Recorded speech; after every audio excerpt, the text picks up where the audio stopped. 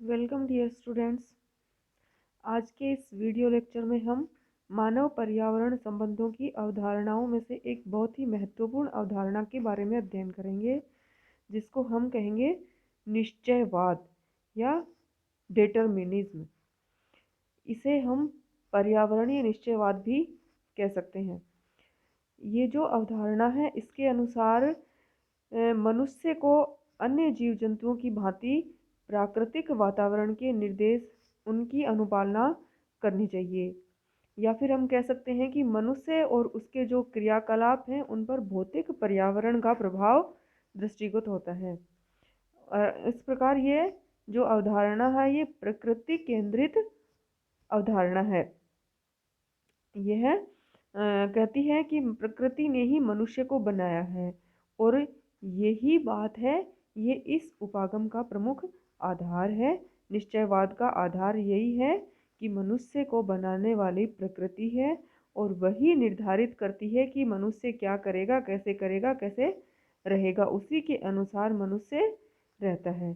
तो ये निश्चित पहले इसके अनुसार कि प्रकृति पहले निश्चित कर देती है कि मनुष्य क्या करेगा, इसलिए इसको निश्चयवाद या डिटरमिनिज्म कहते हैं। मानव पर्यावरण संबंधों के ये जो पर्यावरणीय निश्चयवादी दृष्टिकोण है, इसके अनुसार मानव जीवन के सभी पक्षों पर भौतिक पर्यावरण का प्रभाव पड़ता है।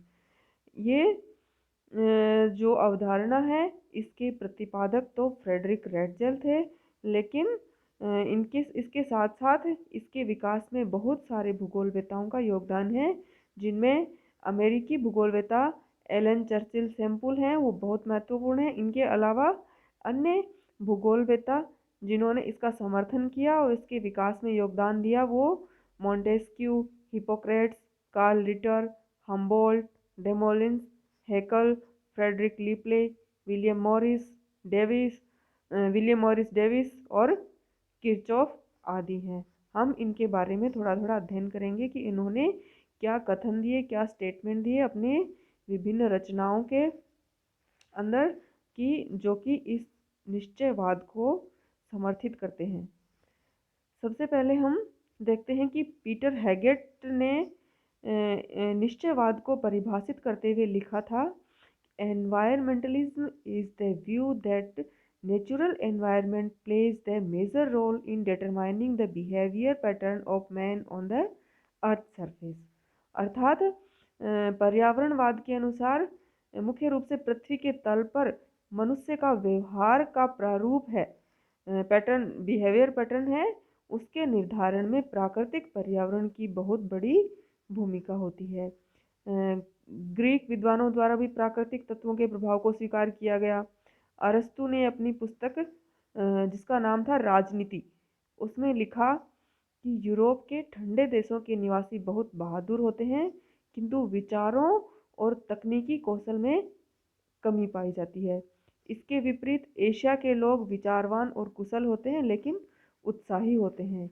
इस प्रकार से उन्होंने क्या बताने की कोशिश की कि जो प्रकृति निर्धारित कर दिया, ठंडा प्रदेश और एशियाई प्रदेश, उन देशों के जो निवासी हैं वो एक जैसे नहीं हैं। उन प्रदेशों के अनुसार प्रकृति ने वहाँ पर जिस तरह की परिस्थितियाँ पैदा की हैं, उनके अनुसार उनमें अंतर है और वही उनमें गुण पाए जाते हैं। पर्यावरणीय निश्चयवाद का जन्म और विकास जर्मनी में माना जाता है, और प्रतिपादक हम देख चुके हैं कि जर्मन भूगोलवेता और मानव भूगोल के जन्मदाता भी इनको कहते हैं, फ्रेडरिक रेटजेल थे। रेटजेल महोदय ने बताया था कि प्राकृतिक वातावरण के तत्वों जैसे कि धरातल की बनावट, जलवायु, वनस्पति, इन सब में और मानव के मध्य जटिल संबंध पाए जाते हैं, जिनमें पर्यावरणीय तत्व बहुत अधिक प्रभावशाली होते हैं, और ये पर्यावरणीय तत्व मानवीय क्रियाकलापों को नियंत्रित करते हैं।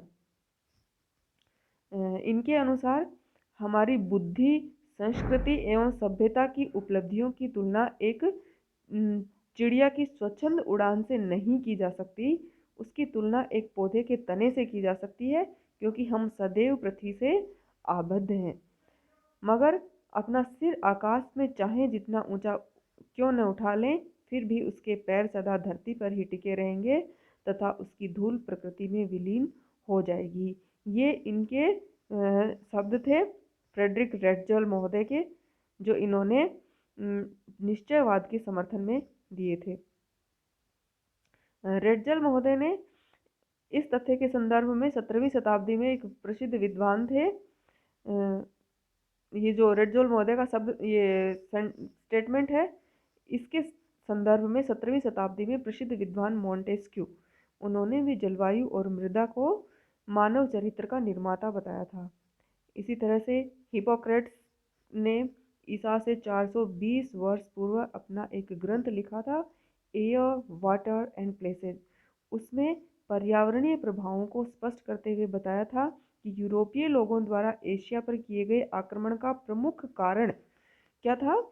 यूरोप की कठोर और परिवर्तनशील जलवायु है, जिसके प्रभाव से यूरोप के लोग बहुत कठिन परिश्रमी होते हैं और जबकि एशिया के लोग आराम पसंद होते हैं।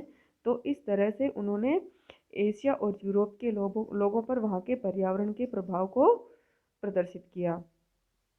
पर्यावरणीय निश्चयवाद को स्पष्ट करने के लिए कार्ल रिटर और अलेक्जेंडर वॉन हम्बोल्ट महोदय ने भी मानव केंद्रित विचारधारा से इसका समर्थन किया। उन्होंने प्रकृति द्वारा मानव पर डाले गए प्रभावों का विवरण अपनी पुस्तक जो कि यूरोपा के नाम से थी, उसमें दिया था। हम्बोल्ट महोदय ने इस विचारधारा को स्पष्ट रूप से वैज्ञानिक ढंग से देखा था।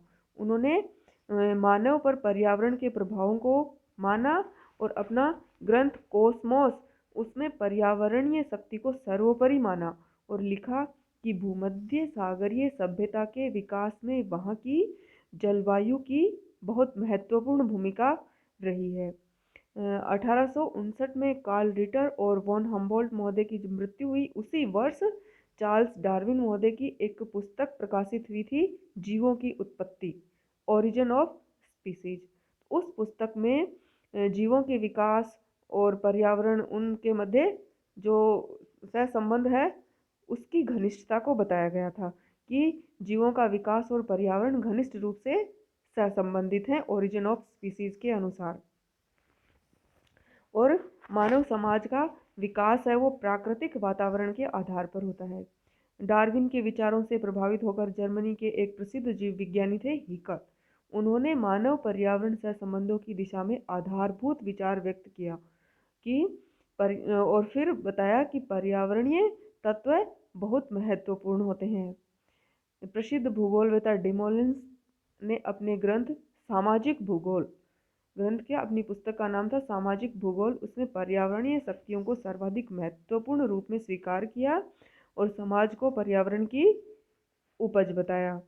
इसी तरह से फ्रेडरिक लीपले नामक जो फ्रांसीसी समाजशास्त्री थे, उन्होंने अपने सिद्धांत, स्थान, कार्य, लोग, ये एक इनकी अवधारणा थी। उसके माध्यम से, पुस्तक का नाम था, के माध्यम से, इस पुस्तक के माध्यम से समाज पर पर्यावरण के प्रभावों को समझाया था।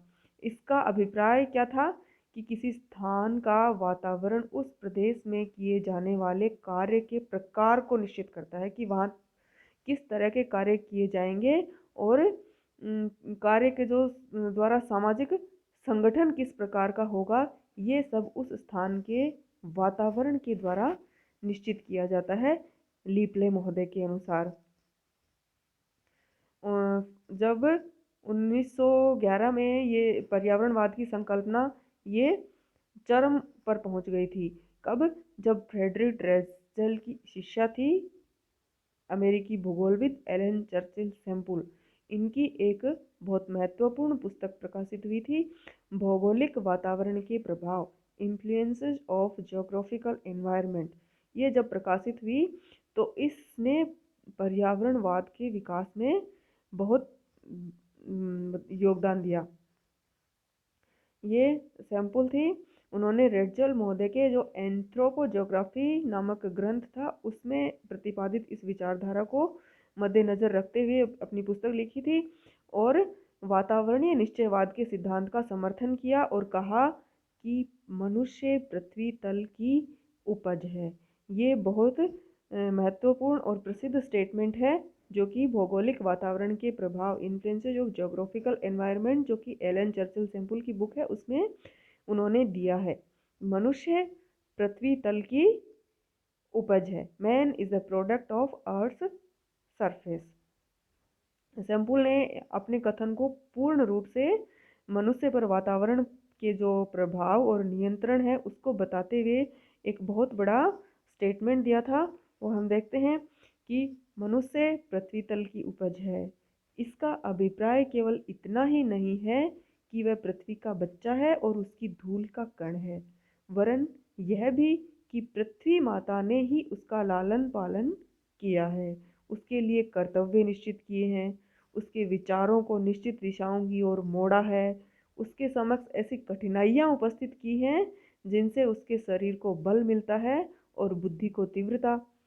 पृथ्वी ने उसको नौ संचालन और सिंचाई की समस्याएं दी हैं और साथ ही साथ उसके कान में उन समस्याओं का हल भी बता दिया है। वह उसकी हड्डी और मांस में तथा उसके मस्तिष्क और आत्मा में प्रविष्ट हो गई है। क्या? प्रकृति।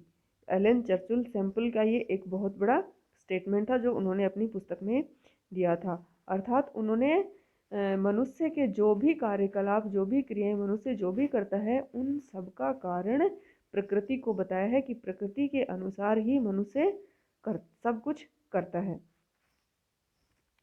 एलन चर्चिल सैंपल ने जो पर्यावरण के प्रभाव हैं उनको 4 भागों में विभक्त किया है। एक तो शारीरिक प्रभाव, मानसिक प्रभाव, आर्थिक और सामाजिक प्रभाव और मानवीय गतिविधियों पर प्रभाव।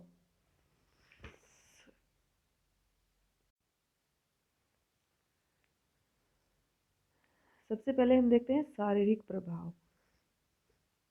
इसके बारे में सैंपल महोदय ने बताया कि महोदया ने कि इसके द्वारा मनुष्य के शारीरिक अंग प्रभावित होते हैं। इन प्रभावों में स्थान विशेष की समुद्र तल से ऊंचाई अर्थात प्राकृतिक स्थिति और जलवायु प्रमुख हैं। मानसिक प्रभाव कि इसके द्वारा धर्म, साहित्य, संस्कृति, भाषा, भावनाएं, विचार ये सब प्रभावित होते हैं। आर्थिक और सामाजिक प्रभाव, ये प्रभाव प्राकृतिक वातावरण की संपन्नता और निर्धनता पर निर्भर करता है। यदि वातावरण में प्राकृतिक संसाधनों की प्रचुरता होगी तो वहाँ का समाज है वो संपन्न होगा, उन्नत होगा, धनवान होगा और आर्थिक विकास भी उच्च होगा। जबकि इसके विपरीत आर्थिक संसाधनों की कमी होगी तो वहाँ का समाज है वो निर्धन होगा, पिछड़ा हुआ होगा। फिर मानवीय गतिविधियों पर प्रभाव, जलवायु परिवर्तन का प्रभाव आर्थिक संसाधनों पर भी पड़ता है, जिससे मानवीय गतिविधियां हैं वो प्रभावित होती हैं और वो एक जगह से दूसरी जगह परिवर्तित होती रहती हैं। जब एलन चर्चिल सैंपल महोदया ने ये विचार दिए थे उसी समय किरचॉफ ने भी वातावरण प्रभावों का समर्थन किया। उन्होंने अपनी पुस्तक मैन एंड अर्थ उसमें लिखा कि जंगलों तथा समुद्र तटीय भागों में रहने वाले लोग अनेकेश्वरवादी होते हैं, जबकि एकेश्वरवादिता रेगिस्तानी भागों की स्वाभाविक उपज है। उन्होंने बताया कि बेसाल्ट की चट्टानों वाले क्षेत्रों के निवासी प्रायः अधर्मी और दुस्साहसी होते हैं। इसी प्रकार एल्सवर्थ हटिंगटन महोदय ने निश्चयवाद को संगठित करने का कार्य किया और उन्होंने 1915 में एक पुस्तक लिखी, सभ्यता एवं जलवायु, सिविलाइजेशन एंड क्लाइमेट, और 1927 में मानव एवं आवास, ह्यूमन एंड हैबिटेट, संस्कृति के मुख्य स्रोत, मेन स्प्रिंग्स ऑफ सिविलाइजेशन, इस तरह की कई सारी किताबें उन्होंने लिखी और इन सब किताबों में प्राकृतिक वातावरण का मानव पर प्रभाव है, मानव का नियंत्रण प्रकृति के हाथों में उन्होंने स्पष्ट किया। हटिंगटन महोदय ने बताया कि प्राकृतिक शक्तियां हैं वो मानवीय रहन सहन कार्यों और साथ साथ सांस्कृतिक जो कार्य हैं, सांस्कृतिक तत्व हैं जैसे कि कला, साहित्य, धर्म, शिक्षा, इन सब को भी प्रत्यक्ष रूप से प्रभावित करते हैं। निश्चयवादी विचारधारा का 20वीं शताब्दी के आरंभिक जो 20-25 वर्ष थे उनमें पर्याप्त विकास होता रहा, पर्याप्त उसका प्रभाव रहा, परंतु उसके बाद है वो भूगोलवेताओं द्वारा निश्चयवाद पर प्रश्न उठाए जाने लगे, उसके ऊपर आक्षेप किया जाने लगा, जिसके अनुसार कि पर्यावरण मानव को प्रभावित करता है, किंतु मनुष्य भी पर्यावरण में परिवर्तन करता है। बाद में माना जाने लगा कि मानव है वो पर्यावरण का दास न होकर उसका अपनी बौद्धिक क्षमता से उपयोग करता है। तो फिर क्या हुआ कि निश्चयवाद है उस पर प्रश्न उठाए जाने लगे और उसको समर्थन देने से इनकार किया जाने लगा, और लोगों ने विभिन्न प्रकार की जलवायु में विभिन्न प्रकार की सभ्यताओं का उदाहरण दिया कि उन सभ्यताओं के विकास में मनुष्य की अहम भूमिका रही है, और वर्तमान प्रौद्योगिकी है वो भी मानव के समक्ष वातावरण को नियंत्रक न होकर प्रभावशाली ही सिद्ध कर रही है। तो इस तरह से फिर धीरे धीरे निश्चयवाद की आलोचना शुरू हुई। निश्चयवाद की आलोचना हम देखते हैं कि आलोचना के पक्ष में क्या क्या कथन दिए गए, किन किन भूगोलवेताओं ने इसमें योगदान दिया था। 20वीं सदी के मध्य तक आते आते निश्चयवादी विचारधारा की मान्यता में बहुत कमी आ गई थी, और मानवीय क्रियाकलापों की भूमिका को भी महत्व मिलने लगा था प्रकृति के साथ साथ। 20वीं सदी के प्रथम दशक में तो रेचल और सैम्पुल महोदय उन्होंने स्वीकार किया था, और बाद में उन्होंने भी स्वीकार किया था, जो ये प्रमुख निश्चयवादी थे जिन्होंने निश्चयवाद के विकास में सबसे बड़ी भूमिका निभाई थी, रेचल महोदय और सैम्पुल, उन्होंने भी स्वीकार कर लिया था कि मानव पर प्रकृति का पूर्ण नियंत्रण न होकर सिर्फ प्रभाव है।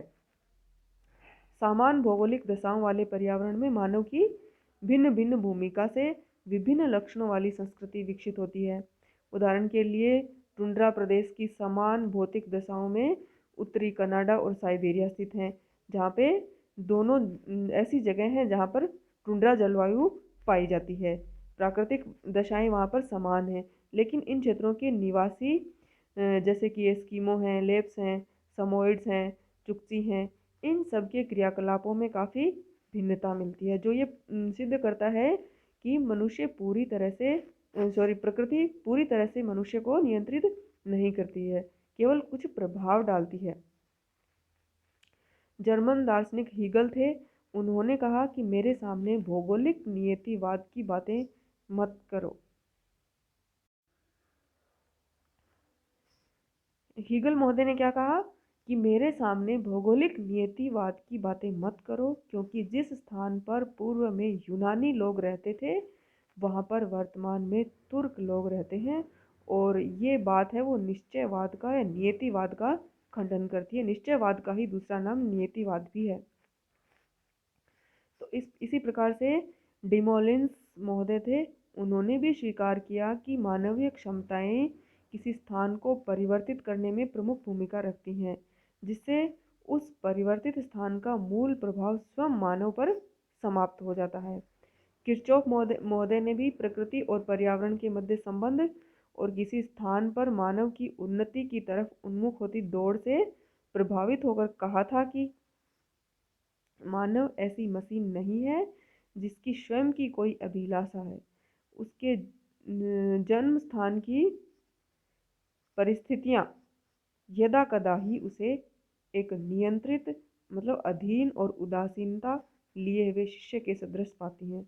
अर्थात मनुष्य हमेशा प्रकृति से पूरी तरह उसके नियंत्रण में नहीं है। इस तरह से हमने देखा कि आगे चलकर नियतिवाद की आलोचना की जाने लगी थी, और उसके पक्ष में उदाहरण प्रस्तुत किए जाने लगे थे कि इस तरह से नियतिवाद की आलोचना की जा सकती है।